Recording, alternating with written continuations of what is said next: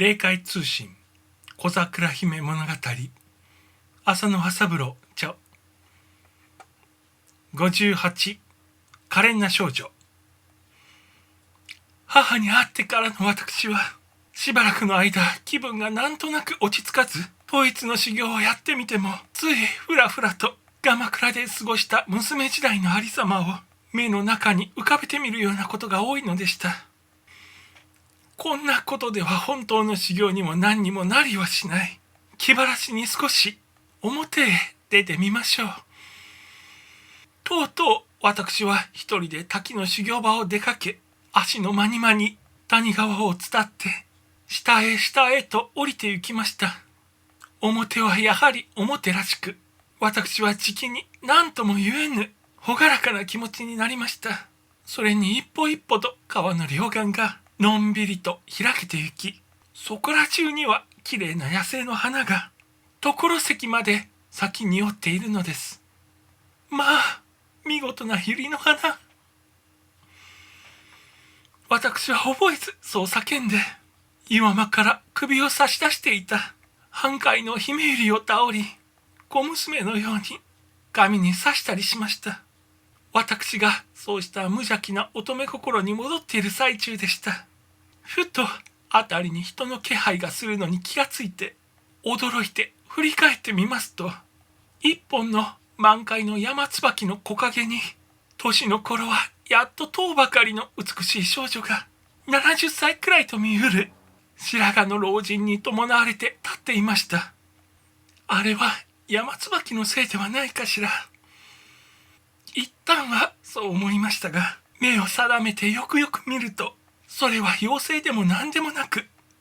やはり人間の子供なのでした。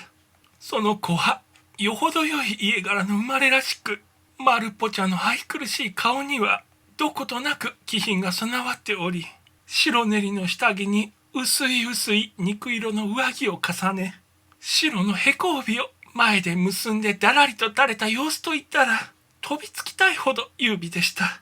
髪はうなじのあたりで切って後ろに下げ、足には分厚い草履をつかっけ、すべてがいかにも無造作で、どこを探しても嫌味のないのが、むしろ不思議なくらいでございました。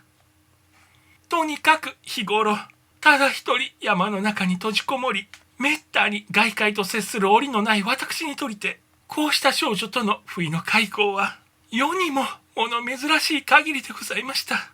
私はぶしつけとか遠慮とかいったようなことはすっかり忘れてしまい、早速近づいて付き添いのおじいさんに尋ねました。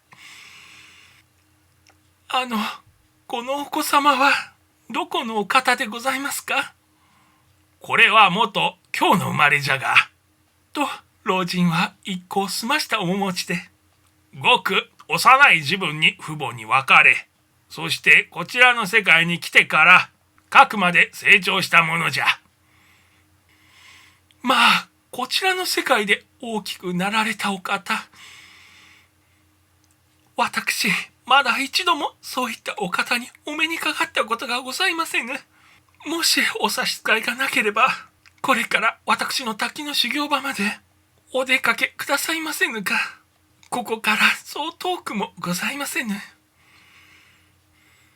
あなたのことはかねて滝の龍神さんから伺っております。ではお言葉に従ってこれからお邪魔をいたそうか。ひな子、このおばさまにご挨拶をなさい。